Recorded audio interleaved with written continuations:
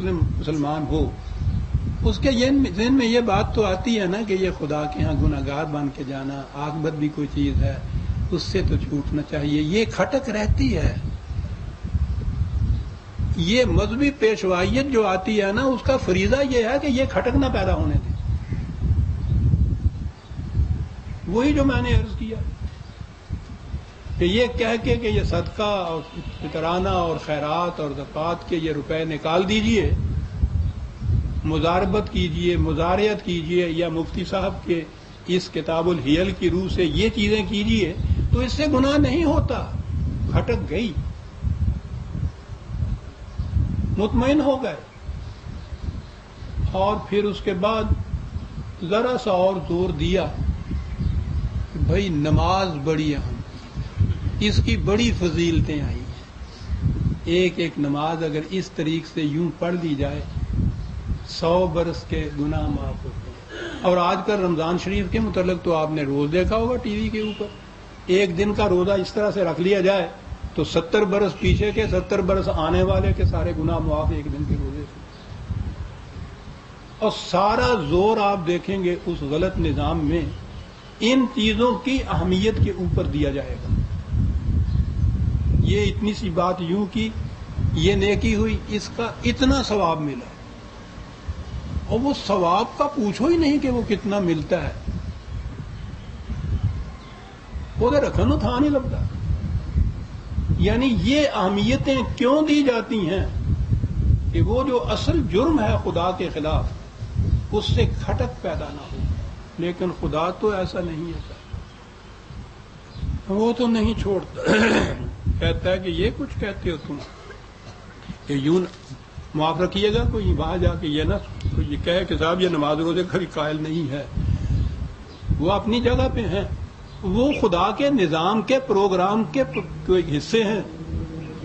یہ نہیں ہے کہ وہ جو دین کے تھم ہیں، ستون ہیں، ان کو گراتے چلے جاؤ. وہ جرائم جن کے متعلق کہا کہ بغاوت ہے وہ کرتے چلے جاؤ، اور اس طرح سے نماز پڑھ لو، یوں روزہ رکھ لو تو وہ ساری چیزیں معاف ہو جاتی ہیں. یہ ہے وہ چیز جو میں کہہ رہا ہوں. دیکھیے قرآن کریم کیا کہتا ہے 2/177 سورہ بقرہ کی آیت 177. لیس البر ان تولوا وجوہکم قبل المشرق والمغرب. نیکی یہ نہیں ہے کہ تم نے اپنا منہ مشرق کی طرف کیا ہے یا مغرب کی طرف کیا ہے. دو لفظوں میں یہ بتا گیا کہ یہ جو دین کے ظواہر ہیں، ان کے محسوس شکل میں جو چیز سامنے آتی ہے، اسی کو نیکی نہ بات سمجھ لینا. تم لیس البر، یہ نیکی نہیں ہے. ولکن البر، آؤ بتائیں نیکی کیا ہے. اس کے بعد ہے من آمن باللہ والیوم الآخر والملائکۃ والکتاب والنبی. اس ایمان کے بعد آؤ تمہیں بتائیں نیکی یہ نہیں ہے کہ منہ ادھر کیا ہے یا ادھر کیا ہے، ہاتھ یہاں باندھے ہیں یا نیچے باندھے ہیں، کانوں تک گئی ہے یا انگوٹھا یا نہیں گیا. نیکی یہ نہیں ہے. نیکی کیا ہے؟ وَآتَى الْمَالَ عَلَى حُبِّهِ ذَوِي الْقُرْبَى وَالْيَتَامَى وَالْمَسَاكِينَ وَابْنِ السَّبِيلِ وَالسَّائِلِينَ وَفِي الرِّقَابِ. نیکی یہ ہے کہ مال و دولت کی محبت کے باوجود انہیں ضرورت مندوں کے لیے تم کتنا دیتے ہو. نیکی یہ نہیں ہے کہ نفل کتنے پڑھتے ہو، روزے کتنے رکھتے ہو. ساری کیٹیگری اس کے اندر گنا دی. ذی القربہ رشتہ دار کو بھی کہتے ہیں، یا وہ ہیں جو تمہارے گرد و نواح میں قریب قریب بسنے والے ہوں، ان کے حالات سے زیادہ واقف ہوتا ہے نا.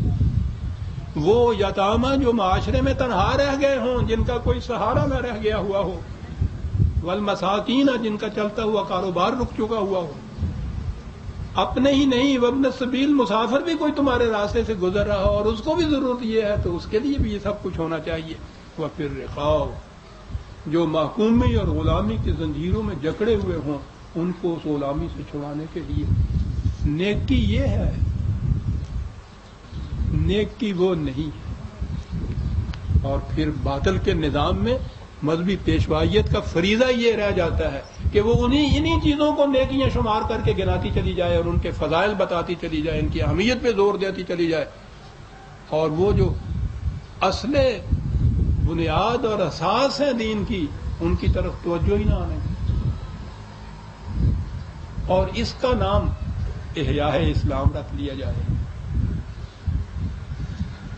اس کا نام اسلامی شریعت،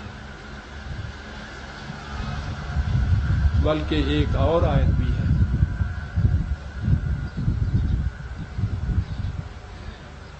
سورہ توبہ کی 9/18 آیت ہے۔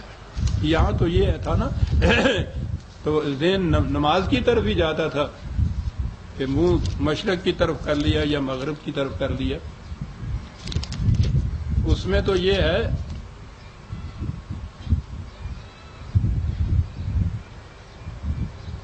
معاف رکھیے گا، اجعلتم سقایۃ الحاج و عمارت المسجد الحرام کمن آمن باللہ والیوم الآخر وجاہد فی سبیل اللہ لا یستوون عند اللہ،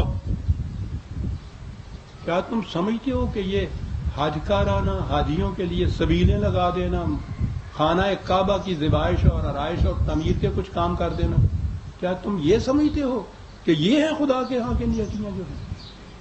کیا یہ شخص ایسا کرنے والا اس کے برابر ہو جائے گا جو خدا کے نظام کو قائم کرنے کے لیے جد و جہد کر رہا ہے؟ لا یستوون عند اللہ، تم اپنے ذہنوں میں جس طرح سے جی چاہے فرض کر دو، ہمارے نزدیک دونوں برابر نہیں ہو سکتے،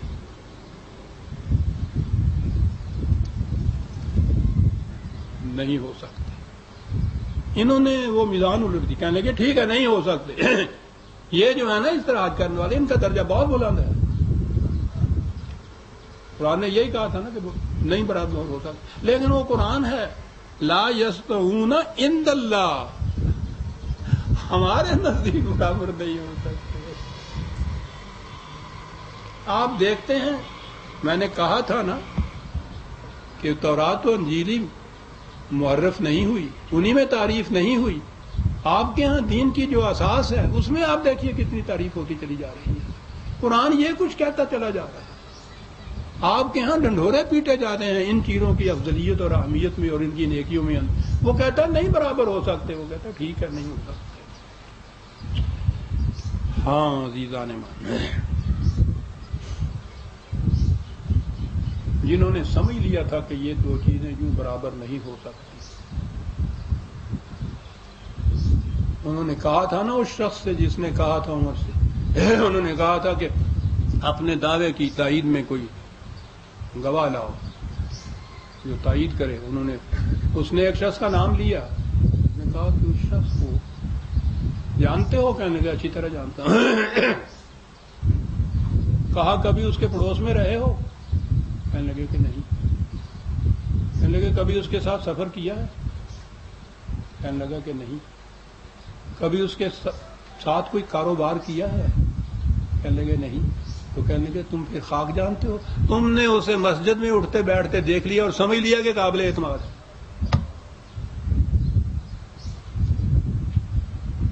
یہ جانتے تھے کہ لیس البر کے کیا معنی ہیں،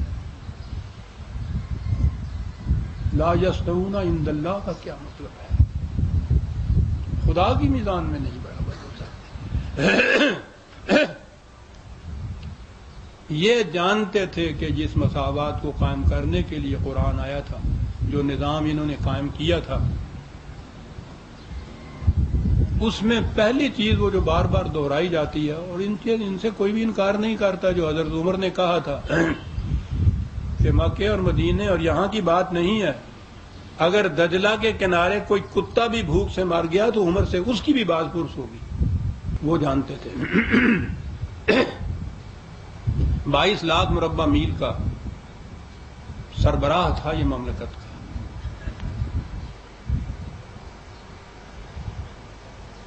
بڑی فراوانی سے رزق کی ہو چکی تھی۔